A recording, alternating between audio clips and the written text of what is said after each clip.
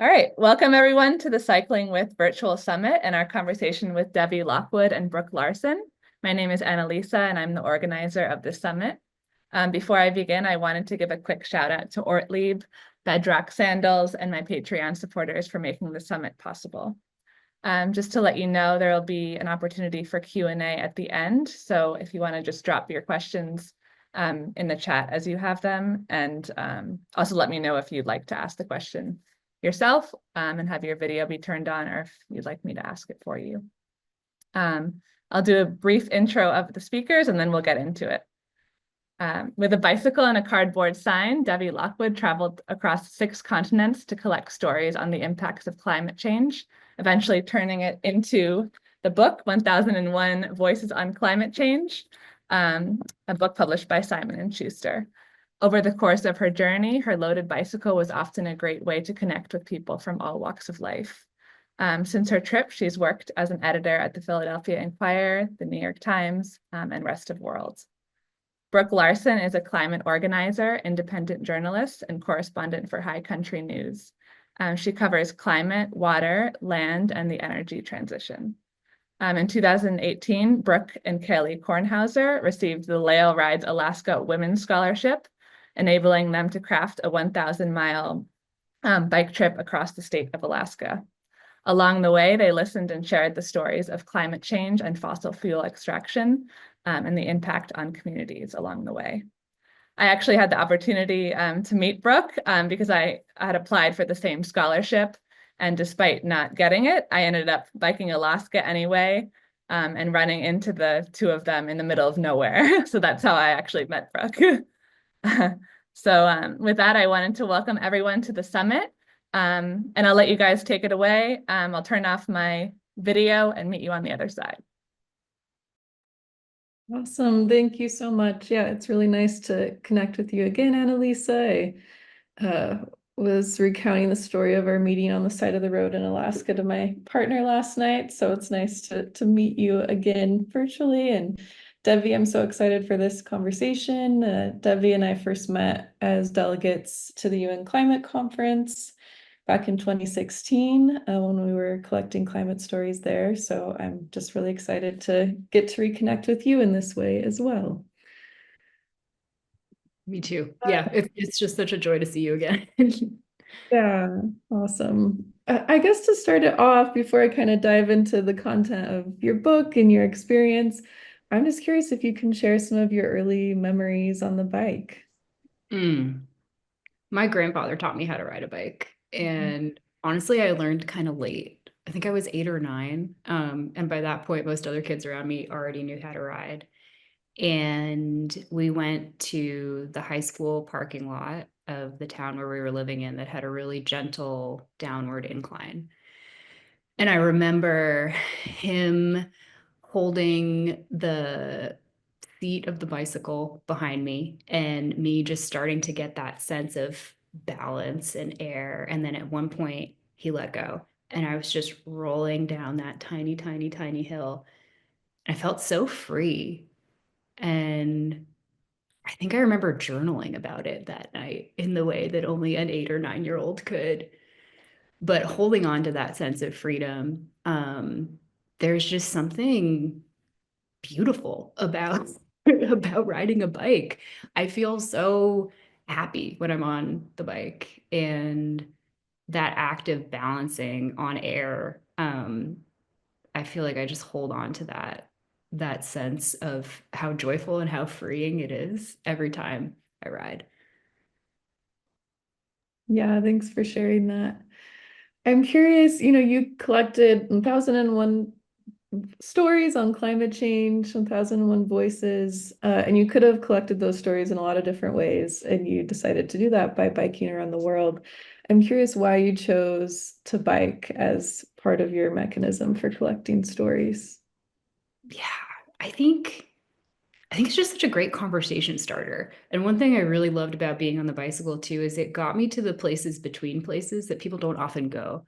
My life completely changed for the better on a bike trip I did about 800 miles down the Mississippi River Trail. So this is the first time I was kind of cycling on my own, and I started out in Memphis, Tennessee, ended in Venice, Louisiana, where the river meets the Gulf of Mexico. And along the way, just listened to stories that people had to share with me about anything. And it was just phenomenally wonderful to talk with people because it's such a natural conversation starter. I don't think people are used to seeing a person rock up on their bicycle in Clarksdale, Mississippi, for example. And the conversations that I had with people were just so open. And I think people are open to talking to somebody on a bike in a way that maybe it's different using other forms of travel.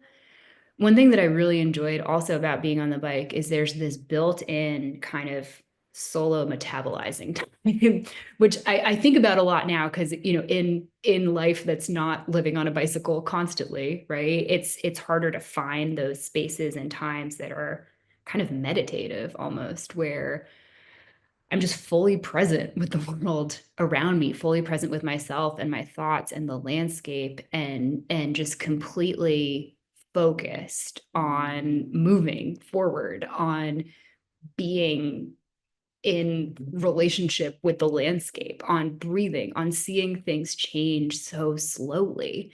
And I hope that I can continue to hold on to that even as I'm not traveling this way in a daily way, right?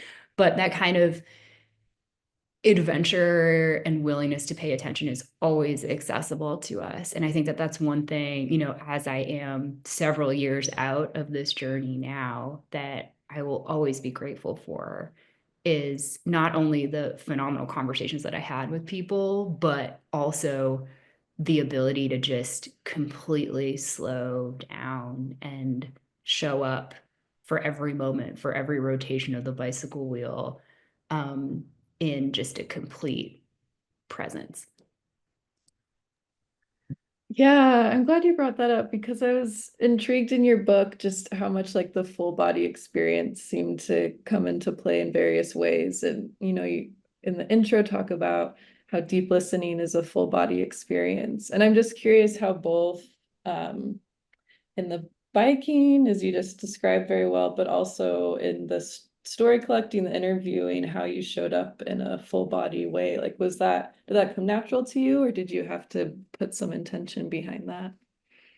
It's definitely something I learned how to do better over time. And the intention behind it, I mean, it's interesting having made so many audio recordings of the interviews that I did with people. If I listen back, I can hear this kind of change and growth over time in terms of how I approached interviewing. And now in my work as a journalist, it was such a great training ground for that, learning how to listen, learning how to ask questions, learning when to not ask questions and to just stop and be okay with silence. I think especially on, early interviews in that first trip down the Mississippi River, I jumped in a lot. I was really eager to ask questions. And when I re-listened to those interviews, I thought to myself, wow, I wasn't fully thinking about what the person was saying. I was listening with the intention to respond, not listening with just the intention to listen. And as I continued to do this trip over the years, I oscillated between asking a lot of questions of people or asking like kind of none and just letting the prompt tell me a story about water, tell me a story about climate change guide. And I think that I found a kind of careful middle ground now that enables me to enter into conversation with people in a very different way that wouldn't have been possible without that training ground of doing 1,001 interviews in so many different cultures and contexts and continents. And I think that there's so many ways that as a culture, a very fast-paced culture that we live in, that there's this collective hunger to have moments of slowness, moments of stillness, moments when we can really show up to hear one another. And I think that in a way is just the broader gift that doing a bike trip that was centered on storytelling and listening gave to me, is that I learned how to do that. And it's imperfect. Like I am so human. And I sometimes have to remind myself of these messages over and over again. But when I get back on the bike and when I ride, here in Philadelphia where I live, I'm not far from a park that has 50 miles of trails. Not all of them are great for cycling, but some of them are. And gosh, I'm just so happy, And I saw, a digital image of a purple t-shirt early on when I was on my bike trip that is still stuck with me that just says bicycles are joy machines. And I feel that to the depths of my soul. It's impossible to be in like a bad mood for very long if I'm on my bike. And just getting outside, even if it's pouring rain, even if there's a gigantic thunderstorm coming and I have to figure out where to take shelter, or even if it's hot as heck and the only way to cool down is to just keep pedaling and pretend like you have a fan in your face for the next 10 miles or whatever, or even if it's a blistering headwind, or even if I'm a bit of a weirdo in that I like uphills a lot more than downhills because surrendering to gravity is hard, right? Especially if it's really steep. There's a lot of trust in the brake system that goes into that, especially if you're riding a loaded bike. But even if I'm zipping down a hill that's terrifying me, still got the most ridiculous grin on my face. And I just think that there's so much beauty in that like embodied way of travel, right? And showing up in an open-hearted way to new places and spaces and contexts. And, it might be uncomfortable. It's often uncomfortable. You know that as well as I do, right? But there's so much beauty in that discomfort too, if we're open to it. And I'm just eager to hear like what cycling represents to you too, Brooke, because you've done this so often, and I feel like there might be some overlap there. Yeah, I definitely resonate a lot with what you're saying. Yeah, I like it how it forces you to show up in a full body way. And I think, I felt I just remember in some ways feeling like when you're on the bike, it's very physically intense, and then you're listening to these stories and it can be very emotionally intense. And you're sort of yeah, just like exerting all parts of yourself to do both of those at the same time. At least that was my experience. And I'm curious if like you ever experienced that, like just all parts of your physical being had to show up and emotional being to like be present both with the physical ride and also the conversations with people. Definitely. Yeah. I'm trying to think of specific examples, right? There was a time, again, that first bike trip down the Mississippi River where I met a man in Clarksdale who had lost his best friend. He drowned in, I think, the Sunflower River. And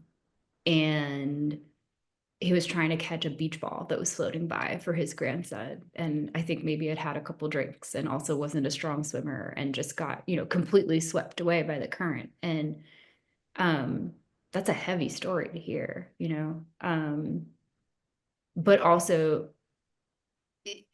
whenever someone tells me something challenging or difficult, there's this part of me that's so grateful because they feel comfortable enough to share something that brought them a lot of pain. And there were so many times when I was on the trip or, had my microphone out and was recording where people would thank me because they said that they hadn't had the chance to talk about a particular story before or to share it in exactly that way.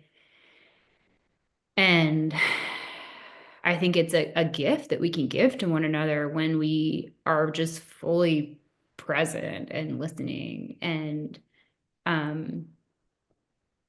yeah, I feel like I'm talking about this in a really broad way, but it's so interesting to be thinking about it now, so many years out from when we were in that UN climate summit in Morocco together, and it was like November 2016, right? And there's just like so much that's happened in that time, but I feel like so profoundly changed by by what happened on the bike. And like in a lot of ways, it all started by listening. It just all started by showing up. And I couldn't tell you, how many miles I cycled or how fast I went or how, any specific statistics beyond just like I did 1,001 interviews with people, and I will always be phenomenally grateful for that gift that is people opening up and just sharing something that they felt comfortable to share with me. Yeah, yeah. That makes me think of something you said in your intro really stuck with me, that the sign you carried, that on one side it said, "Tell me a story about water," the other, "Tell me a story about climate change." And I think you said in the intro that that sign gave you permission to ask questions and that you needed that permission at that time. I'm curious if you can talk more about that, of like why you felt you needed permission to ask people about their stories.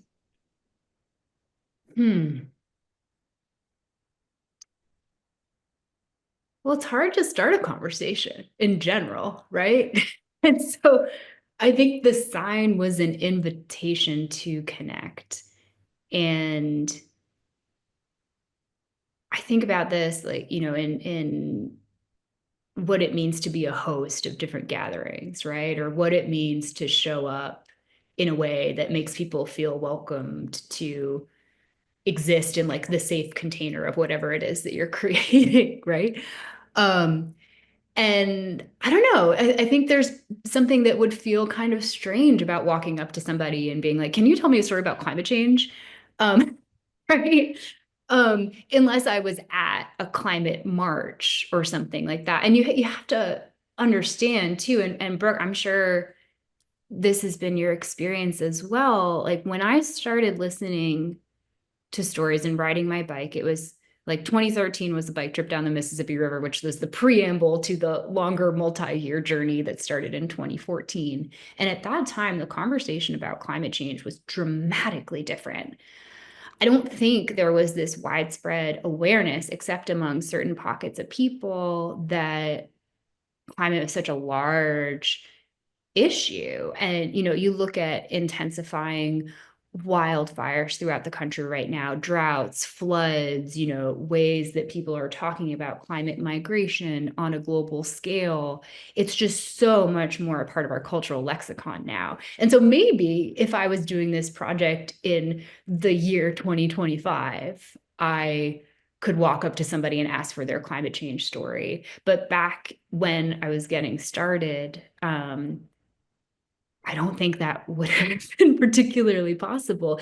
And there was also a lot more in the way of climate denial then. And there's been some beautifully fascinating longitudinal studies of the way that the US public and other countries too are talking about climate change, done by the Yale Program on Climate Communications. And they kind of neatly segment the US into a spectrum. It's not just climate believers or climate deniers, but there's 5 different scales going all the way from like doubtful and dismissive on one end of the spectrum, or like actual climate trolls on one end of the spectrum, perhaps, to the other end where people are really, consciously making every part of their life decisions based on environmental issues. And then there's, the vast majority of people who are in the middle and maybe concerned or cautious about this, but haven't taken, it's because it's so uncomfortable to think about it and deal with it. And also I think a lot of people in just the daily act of surviving don't necessarily have the mental bandwidth to be doing this in the first place.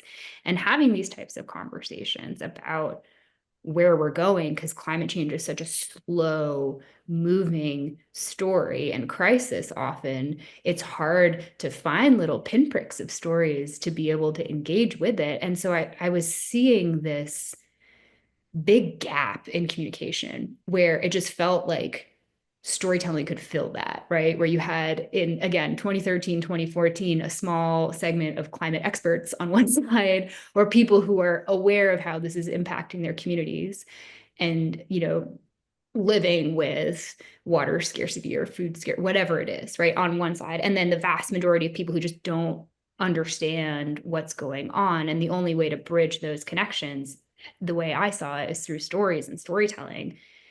And the bicycle is such an incredible vehicle to finding people to speak with, right? And the sign was an invitation to connect, a very unassuming one, but one I got very accustomed to. It was funny, after traveling with this cardboard sign for years, I felt almost naked without it. Like, I was like, wait, who am I without this piece of cardboard that is, how I connect with people in the world, right? And obviously I wasn't wearing it when I was actually riding the bike, because it's hard to talk with somebody unless they're riding with you, right? But it was a way when I got off the bike and was in wherever I was, of just putting that around my neck. And I had it, tucked in the side of my little Ortlieb pannier, pull it out. As long as it wasn't raining, I could wear that piece of cardboard and just talk to people. And the mere fact of having that prompt led to some fascinating conversations that I don't think would have been possible to connect to in any other way.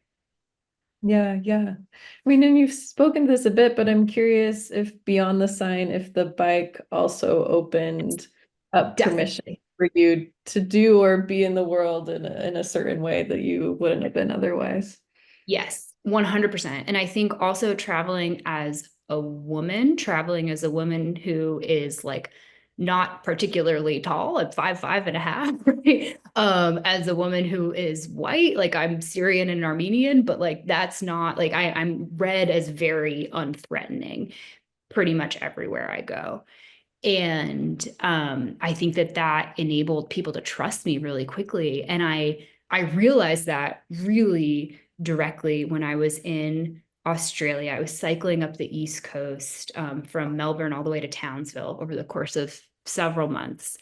And as it often is on the bike, like, you tend not to meet people unless they're going the opposite direction because of the way that like distance, rate, and time works. But it just so happened that one night I was camping in a rugby field next to a solo male cyclist who had just crossed the entire width of Australia. And on the equivalent of a Walmart bike. And he was fascinating in so many ways, and had a giant amount of spaghetti. And so we shared this giant amount of spaghetti and ended up talking in Spanish because he wasn't super confident in his English, and I don't speak any Italian, but we had Spanish in common. And under the starlight in this rugby field, next to his like pop-up tent that had stars and moons on it, because again, Walmart equivalent of gear, you can do this on any budget, which I just love. I was asking him, I was like, don't people take you in all the time? And he's like, no, that never happens. And I realized, like, in that moment, oh, this is a really gendered thing. Like, people who he met, and albeit he was crossing through the desert, so there are fewer people, right? But people who he met were giving him water and maybe stopping for a chat, but his trip was really about the physical challenge. And there's as many ways to ride a bike and have a bike trip as there are people on the planet, which I love too, right? There's no wrong way to ride a bicycle. um and his trip was all about, because he had tried to ride across the continental US and he got really sick in Texas and ended up having to stop. And so this was about proving to himself that he could do it. And my trip was all about, people inviting me into their living rooms. And, not far north from that, I was in this coal town, or maybe it was I was biking alongside all of these coal trains for miles and miles and miles that were bringing coal from farther inland in Australia out to the shipping docks that would then take them to different parts of Asia, Southeast Asia, and, thinking really intimately about wealth and mining and what underpins our global energy system and all of it, right? It was so present in the texture of the landscape that I was moving through and the conversations I was having but I was able to have so many of those conversations because showing up as a woman in those spaces, like, yeah, I don't feel particularly safe, for example, going into a bar on my own when I'm on a bike trip because I don't want to get hit on by people and I don't feel comfortable, in that type of a context. But sort of developed this technique of if I'm in a rural place and not sure where I'm going to sleep and I can't just hop a farmer's fence, I would find someone who was watering their plants, who seemed kind. And by that time of the evening, I would be out of water and I would ask if I could fill up my water bottles. And inevitably, we would start having a conversation in which they'd ask me where I was from and where I was going and where I was going to sleep that night. And I would say, I'm not really sure. Do you have a suggestion of where? Right. And so many times people invited me into their homes, which was so kind. And there's this wonderful filmmaker, film critic friend of mine from college named Abby Sun, who for her senior thesis made a video where she was jumping trains close to the US-Canada border and doing that alongside people who, when I watched the video, I thought to myself, I don't know how she mustered the courage to do this candidly, right? And it made me feel like I just had to talk with her about it. I'm like, Abby, how did you know that you were going to be safe in that context? And she said, Devi, it's really easy. You follow the 3-second rule. And I said, Abby, what's that? And she said, when you meet somebody, you decide in the first 3 seconds whether or not you trust them and you go with your gut. And it really works. It's this kind of deep intuition that, again, feels so simple to tap into on the road because everything is so vibrantly alive and present. And it's like, putting yourself out there in that balancing upon the air of the tires, moving through landscapes, having these like really organic connections with people that are only possible when one is open and listening, right? It makes it possible to tune into that really quickly too. And so following that rule, in general, like not staying with warm showers hosts who are single men, or just not like doing anything with single men, no shade to men, but it's just sort of like a safety thing while traveling as a solo female. And I think a lot of people are very lonely too. But yeah, I just am conscious of the way that, people talk a big game of like, oh, it's so dangerous as a solo woman, blah, blah, blah, blah, blah. And it's like, it's actually wonderful traveling as a solo woman because people are quick to trust. And I think that there is an equal proportion of wonderful and not so wonderful people, no matter where you are in the world. It's just a matter of being alert and alive and in tune. And I would not be alive without the kindness of strangers who helped me out in 1,000, 10,000, tiny ways. And that ranged everything from taking me into, gosh, this woman named Heather Horn in Australia who baked me a cake after I stayed. I was like cycling the rest of that day and eating the cake and just like so joyfully happy to have chocolate cake in my handlebar bag, And it's a thing that I'm, so excited to be able to pay forward to other folks now too, in many different ways, because it's a lot of fun being present in the world in that way. Makes every day a bit of an adventure. Mhm.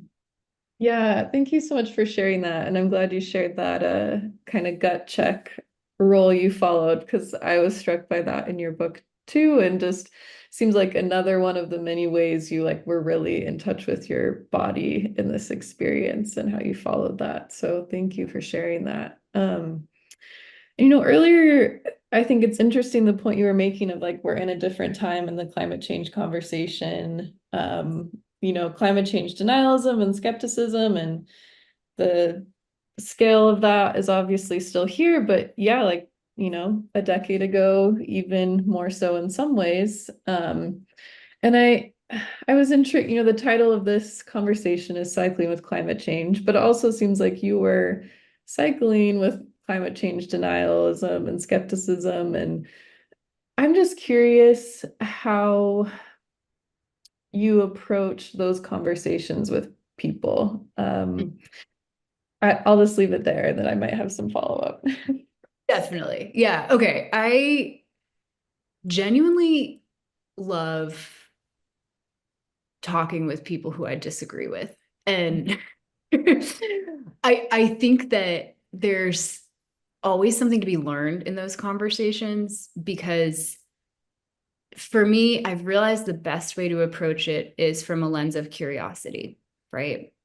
And it's as simple as asking why. Why do you think this?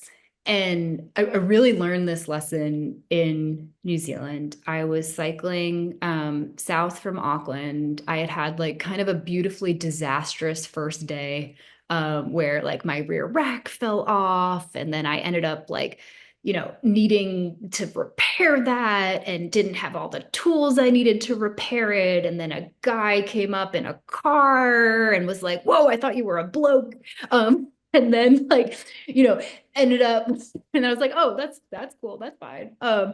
Ended up, him putting the stuff that I couldn't carry in his car, and I met him several miles down the road and we fixed it. And then the next day I woke up and was cycling and ended up in a beach town towards the end of the day. And it turned out it was a bank holiday. And I had no idea about this because the Kiwi calendar is very different than the US calendar or calendars in any, place that I had lived before. And as a result, everyone was at the beach town. And so there was nowhere, not even a hostel or a campground to stay in. And I'm like, all right, gonna have to figure this out. Let me just find somebody who looks nice and ask if they have any suggestions about what to do. And so, walk up to this couple, Bill and Julie, and I'm like, "Hey, can you help me out?" And they hosted me in their home. I slept on their couch or their floor that night, which was so kind. And, they offered me tea and cookies that evening, and we were having a chat, and they were asking me why I was doing this trip. And I explained collecting stories about water and climate change. And they were like, "Whoa, whoa, whoa, whoa, whoa, climate change," right? And proceeded to go on a rant about, gosh, I think it was like how climate change is made up and the scientists are trying to make money off of it. And every time they see a climate change story in the news, it's like the same glacier calving into the ocean and polar bears on an iceberg. And how could they trust that what's happening is real? And I realized like a couple of really important things in that moment. Number one, I could have had a response of just telling them you're wrong, which would have ended the conversation then and there and been completely unproductive. And they would have gone further in their direction. I would have gone further in my direction. And, what? That doesn't do anything helpful for anybody, right? The second thing I could have done is, try to educate them, but that didn't seem helpful either, right? Because we're entering into this conversation from some pretty different places. But I just tried to get curious, and I realized that it's the imagery and the way that the conversation about climate change was being presented to them in the news, on TV specifically, was not resonating with how they would understand the story. Now, if that story, rather than being about an iceberg or a polar bear, was about a person, I think it would have been a little bit different. And then also, there's all these complicated numbers and facts and figures and ways that, climate scientists talk about their work that's not connecting with people where they're at. And so it's kind of a fault of science education, for one, but also the way that the science is communicated to people. And that's where, again, stories and storytelling can help bridge that. And so, if we're talking about the experience of, a 31-year-old single mother, or not single mother, but like, just a person who's struggling with access to water in Tuvalu, then that's very different than talking about a polar bear on an iceberg. And, humans are storytelling creatures. And I think we just have to be creative about, the ways that we're explaining this bigger global story to people, because otherwise we risk leaving them behind. And I strive to, on any number of issues, have that same type of curiosity with people who are coming at it from a different perspective, because the view from nowhere idea doesn't exist, right? We all have different perspectives and stories that are informing where we're entering into a conversation about an issue as big of climate change. And I believe, as humans, there's always a way of connecting with people at the level of a shared value or a shared desire to have a great world for our kids in the future. And just things as simple as that can be really transformative. Mhm. Yeah, I just find it really powerful in your book how you were able to connect with people kind of with all different experiences, all perspectives on climate change, right? And like how the bike opened that possibility.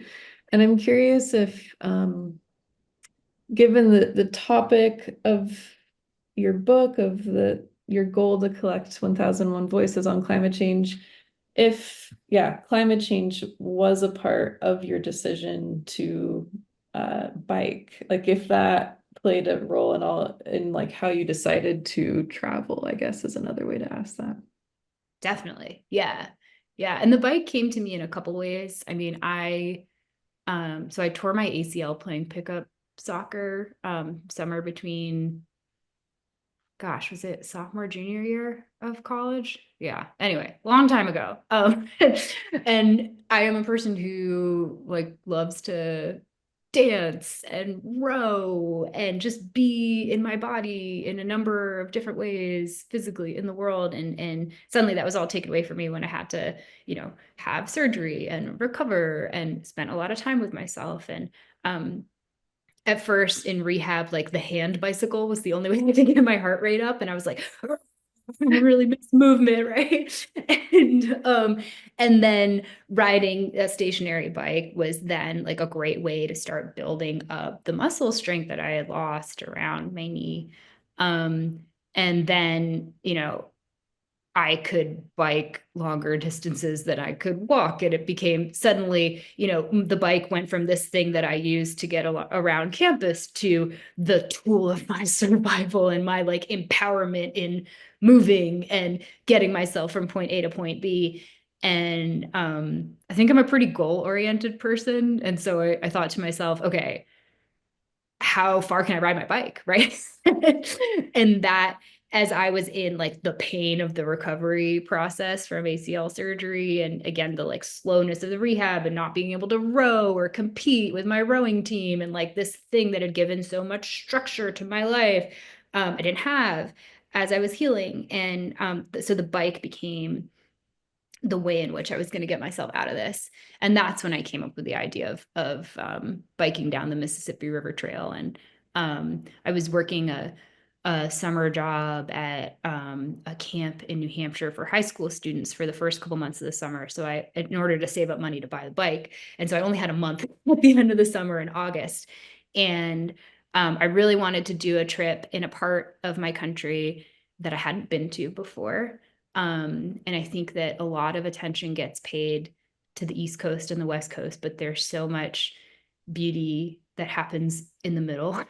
And um, and I wanted to ride my bike along a river because I love water, and rivers specifically just feel like such, oh gosh, I don't even have the language for it, right? But there's this like real life force where rivers come together, and especially where rivers meet the ocean, and that brackish water and the way that things are moving and shifting and changing there. It just seemed like, okay, like I've got a month, let me just take the lower part of the Mississippi River Trail and see what I can learn. And that just made me so happy. I'll always be grateful for that, even though, I wouldn't wish an ACL tear on anybody, or, the way to, I guess we could also talk about the Boston Marathon bombings, right? So lockdowns now are no big deal in a post-COVID world because we're all, kind of used to it at this point. But back when the Boston Marathon bombings happened, I and all, everyone in Boston, Cambridge, Somerville, everywhere was Watertown completely on lockdown for a couple days while they did a manhunt for this guy. And ended up finding him like hiding in a boat in someone's backyard. But we didn't know what was happening. We only know this like terrible act of violence had happened in the city we call home. And I had been cheering on a friend who was running the marathon earlier that day. She was fine, but I was like, really worried about everybody. And also when violence like that happens, it's sort of, I don't know, I went internal and just felt this deep desire to connect with people and remind myself that not everyone is murderous. And I got a piece of cardboard as soon as the lockdown was lifted. I think it was a broccoli box like that had been delivered in bulk to the co-op where I was living. And I cut that open and I wrote open call for stories on that. And I also found a bunch of balloons because it seemed like I needed a bunch of balloons in order to draw attention to what I was doing. And so I just stepped out my front door into this beautiful spring day and had my balloons and the cardboard sign and an audio recorder. And anybody who wanted to share a story with me, I listened to their story. And suddenly, this city that I'd been living in for a couple years felt completely different because I was having conversations with people in a way that I wouldn't have if I was just walking by. And I wanted to bring that cardboard sign with me on the bike trip that I had already planned. And that's how it began. And then, there were future iterations of the sign in other languages. And that was really fun. And you can find cardboard anywhere in the world, which is great in terms of material. Yeah. Yeah. Yeah, did like the fact that a bike is powered by you, low zero emissions play into your decision at all? Or is that just sort of Definitely. Yeah, definitely. And that was a big part of my thinking. And also, at one point, again, when I was in New Zealand, I met some climate activists who were like, "Hey, Debbie, have you thought about the environmental footprint of all these flights that you're taking?" And I was like, no, I haven't. I went on one of those like carbon footprint calculators. I'm like, okay. Turns out that this is like one of the most intensive things that I'm doing. So then as a creative challenge, I tried to see how long I could not fly. And so I took to Kickstarter and crowdfunded the money to take a cargo ship from New Zealand to Australia, and then started hitching a ride on a sailboat from the part of northeastern Australia where I was in that would have taken me to Indonesia, but I got really super seasick, and so ended hitching a ride on a different sailboat going south, and then was back in New Zealand on another cargo ship that I did another speedy Kickstarter for to raise the money to take, because it's more expensive to take a cargo ship than it is to fly, and a lot slower too. But really also interesting to see the way that like goods move around the world. And yeah, I at that point was in New Zealand for a couple more months, and then my visa was running out and I needed to find a way to get out of New Zealand. And New Zealand's kind of in the middle of a lot of ocean around, and it's hard to get places without flying. So I gave up and bought a cheap plane flight to Bangkok, and then was cycling through Thailand and Laos and Cambodia. And then it became rainy season and I got an amoeba in my intestine, and had a series of unfortunate events that made me realize like, okay, I've been traveling for 2.5 years and I just need to go home and heal a little bit. And did that, and then started traveling to some places where I wouldn't have been able to get by just cycling there, but piecing, trips together to the Canadian Arctic or to Denmark and Sweden and Norway on, different, just different ways of moving. And so I think, yeah, the kind of openness that's only possible on a bike. I'd like to think that there's, different ways of keeping that open-mindedness, but also while using other forms of transportation when it's just not practical to be biking places. Yeah, I think there's beauty in both, and I'm glad that the trip that I did was able to combine like kind of about half of it on the bicycle and about half not too, because it had helped me get to places I don't know that I would have been able to go otherwise. Yeah, totally. Yeah, I'm curious if you can talk a bit about how you experience climate change yourself on the bike, or, extreme weather, or, I feel like there was even a line of like food, how you interacted with food and water that you consumed, how all of that kind of connected back to the climate stories you were hearing. Yeah. Goodness. Well, let's take like kind of two extreme examples, right? One is in Tuvalu, which is one of the first places I visited.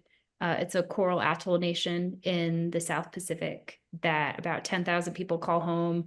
The highest point is, I think, roughly 10 or 12 feet above sea level, so it's super low lying, and people there have experienced climate change. Starting about the early 2000s, people told me that they were noticing that their taro and pulaka crops, which are these starchy root staples, were starting to rot. And after a period of investigation, it was found to be that there was saltwater encroachment in what had been previously a freshwater lens under the island. And so when I visited in 2014, 2015, the only way that people had access to fresh water was through the rain. And each house had this rain gutter that was attached to the roof that then went into a giant rain drum, and you'd get all of your, water for washing, cooking, bathing, etc., from that giant rain drum. And when the rain doesn't come, that causes, you know, families to make really careful decisions about how to allocate the water that they do have. And when things get super bad, they advocate the desalination plan, and each family gets a big bucket in the morning and a big in the evening for their daily needs. But again, that's challenging to make those decisions. And I met a Tuvaluan woman my age named Angelina, who has a couple of kids, and there had been a bad drought not long before I visited. And at that time, she had a newborn child, and she was telling me that, Debbie, how can I make the decision between having water to bathe my kid and water to make rice for my family, or water to drink, right? Because the older kids could go and wash themselves in the salt water of the sea, but the baby's skin was too delicate to do that.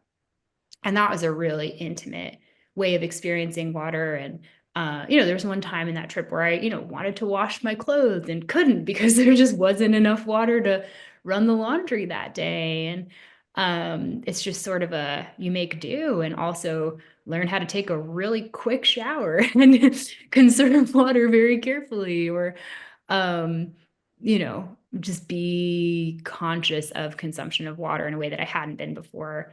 And then also, a lot of food is imported. Um, and then I was thinking about, that same thing, access to food and water, in a completely different part of the world several years later, when I was in a community called Igloolik, which is in Nunavut in Canada. About, I believe, 3,000 people, 3,000 to 5,000 people live there. And I, again, spent a month in this community and learned so much about Inuit food culture and how important hunting is to the community. And specifically, in Igloolik, it's walrus, it's caribou that people will go to Baffin Island to hunt and bring home. It's every so often people eat polar bear. It's just, that's the most local, sustainable seal meat as well, fresh food in the community. Because if you think about like carrots or cheese or bread or whatever it is that we like to eat, right, that has to be flown up from the south, and the south there is anywhere south of the Arctic Circle.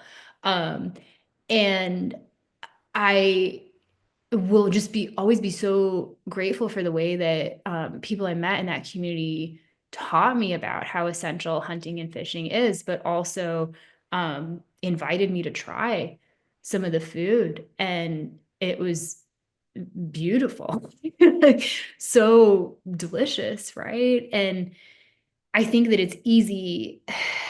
There's a certain type of environmentalism that is very limited in saying that like everyone should be vegan or everyone should do this or that or whatever, right? And it just completely flattens the nuance of like, no, people come to this with like their own cultures, and who are you, who am I, who is anyone to say what someone should eat, like the most local, beautiful, sustainable, wonderful, nutritious food is like, it's not like a packet of ramen that you're buying from the very overpriced grocery store up there. It's like food that is of the land that people have been surviving on for generations. And like, it's only relatively recently that there's all this, you know, other stuff up there, right? And people. And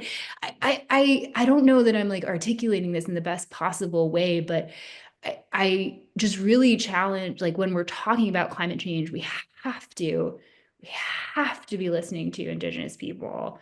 We have to be keeping front and center of the conversation, like how highly hyper localized these issues are. And the way that people are experiencing climate change in Philadelphia is very different than the way people are experiencing climate change in New Zealand, in Australia, in Tuvalu, in Canada, right? It's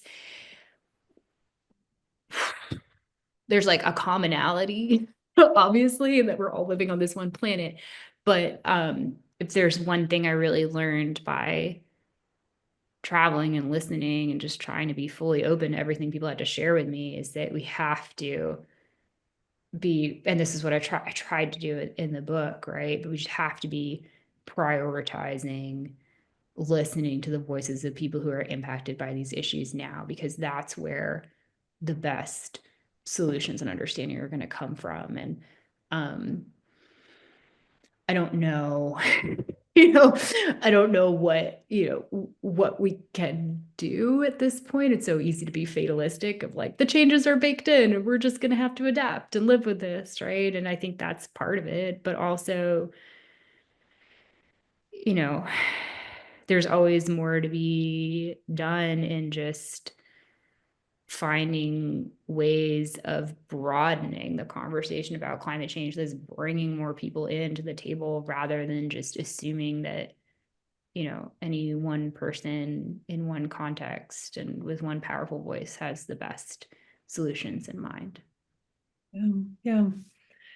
Well, I think my last question for you, I probably could ask you a lot, but I know we got to start wrapping it up. And I'm just curious, kind of building on that, if there were any solutions or just other stories that really stuck with you or that you keep thinking about today.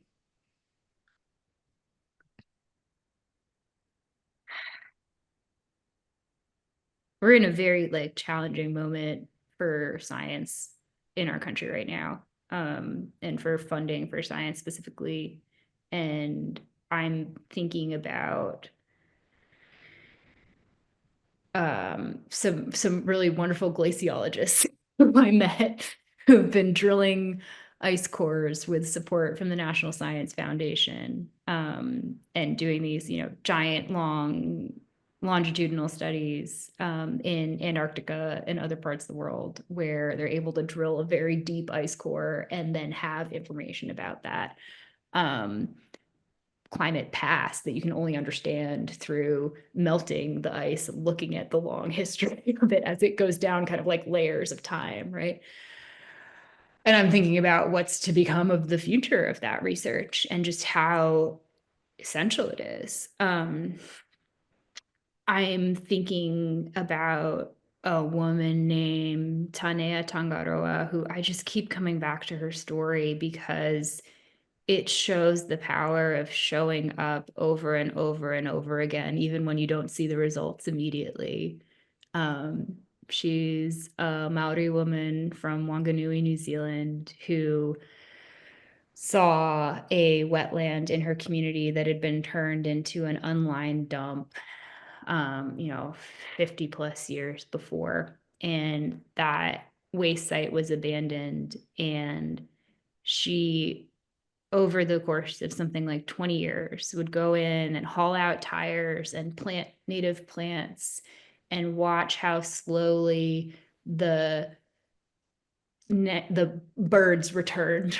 And how just the actions of this one woman were able to create a sanctuary and something that had been cast aside. And she leads environmental workshops with kids in the school that's adjacent to this site to bring them in and teach them the names of the plants and the animals and the birds and everything, in English and in Maori. And there's something so beautiful in that, because you don't see the results immediately, but over time, education is so very essential. If we get back to like Bill and Julie, who were the skeptics, right? What they didn't have was that connection, that education, right?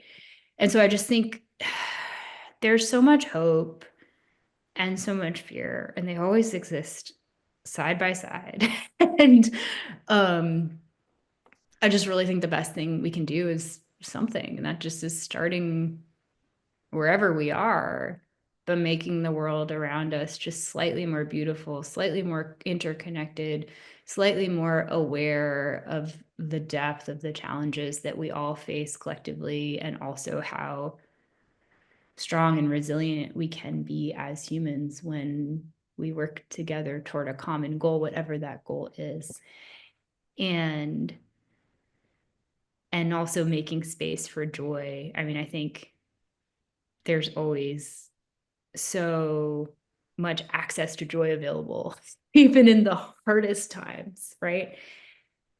And that's something I learned really clearly on the bicycle, and anyone who's ridden a bike can probably say the same thing, right? That when the proverbial hands of our grandfathers just let go, right? There's a kind of freedom and balance that there wouldn't be access to in any other way. And so I don't know, I just hope anyone who's listening to this gets out there and wanders with a purpose. Because we need more joy and intention and adventure. And life can just be so desperately hard, but there is always that access to joy available if only we start pedaling towards it. Thanks so much, Debbie. That's a beautiful way to end. I really appreciate you being in conversation with me and answering my questions and writing this beautiful book that you wrote and sharing the stories you collected on your journey. So thank you. Brooke, it was such a joy to chat with you and to see you after all this time. And yeah, just what an honor to be a part of this. And I'm just so grateful. Awesome. Well, I think that Annalisa may be jumping back on some Yes. closing. Hi, Cool. guys. Thank you so much. That was such a great discussion. I really love the way that you talk about just like the joy of riding a bike and how important it is to listen to Indigenous people. I had one question before we end. You talk about like just the way in which the bicycle, like it just makes you so vulnerable and like more open to, being able to collect these stories. And I also I so much relate to that as someone like who is an introvert and has like social anxiety. I feel like when I'm on a bike trip, it's like, yeah, the bike is like the ultimate conversation starter. Like when you just roll up to a supermarket, it's like people just somehow tell you their life story. And it just for me, it's like kind of a comfort to have that. And I was wondering if um, just today, like in your everyday life or as like in your work as a journalist, have you found any like new um, ways of like invitations to connect or other kinds of conversation starters, or even like other modes of transportation that have like opened you up. I'm wondering if there's anything that comes to mind. Gosh. Well, I think if we're taking like, so there's rocking up to a grocery store with a fully loaded bicycle, there's the novelty aspect, right? And it's sort of shocking people out of their daily routines and like, wait, what? Right? It's almost like a performance art piece. Like, meanwhile, you're just like, I'm just buying apples and peanut butter and tortillas. And it's like, no, no, no. Like, this is making me think about like the bigger arc of life and death and meaning. Um, but I think, gosh, in terms of how I approach this as a journalist, there's a lot of intentionality that comes with finding a story, right? And some of that is just asking really specific questions, but sitting back and giving someone the space to share whatever it is that they want to share, and also knowing like when not to ask a question, right? Um, but I think that the having done all that listening on the bike, whether it's at a grocery store or in someone's living room, right? Um, prepared me to know how to ask questions of people in a way that I just don't even know how to explain. Like in some ways, the mode of travel is superfluous because I could be in, an airplane terminal and just ask someone a question and then it sparks that same kind of conversation. Or I could be, on my local hiking trail and it's just, if I were to distill it into one thing, it's just curiosity, right?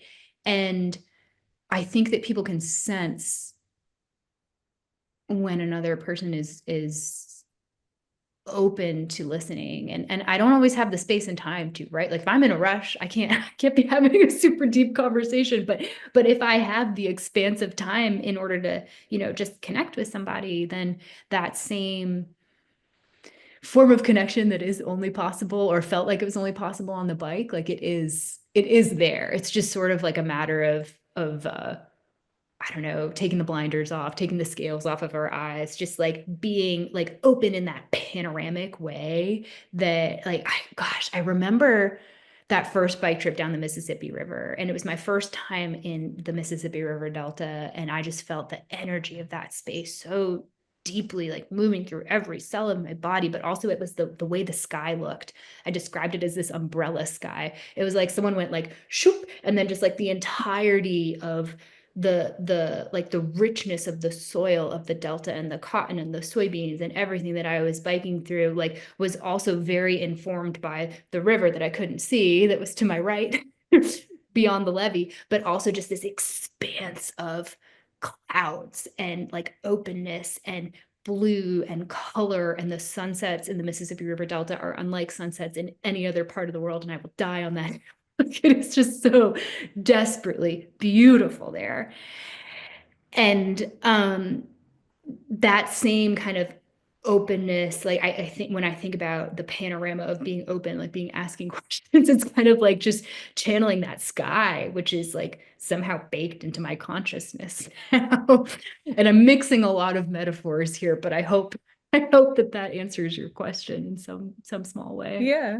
And it also like goes back to what you were, how you were feeling in the beginning of your journey, like on the Mississippi, when you were like, when you said that you were like listening back to those interviews and you were like cringing a little bit because you weren't like, yeah, it's like, it really just comes down to listening more.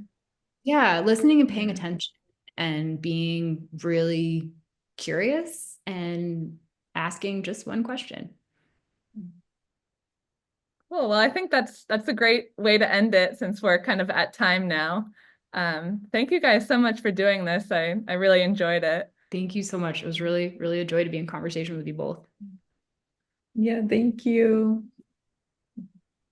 All right. Bye, guys. Bye. Thank you. Bye.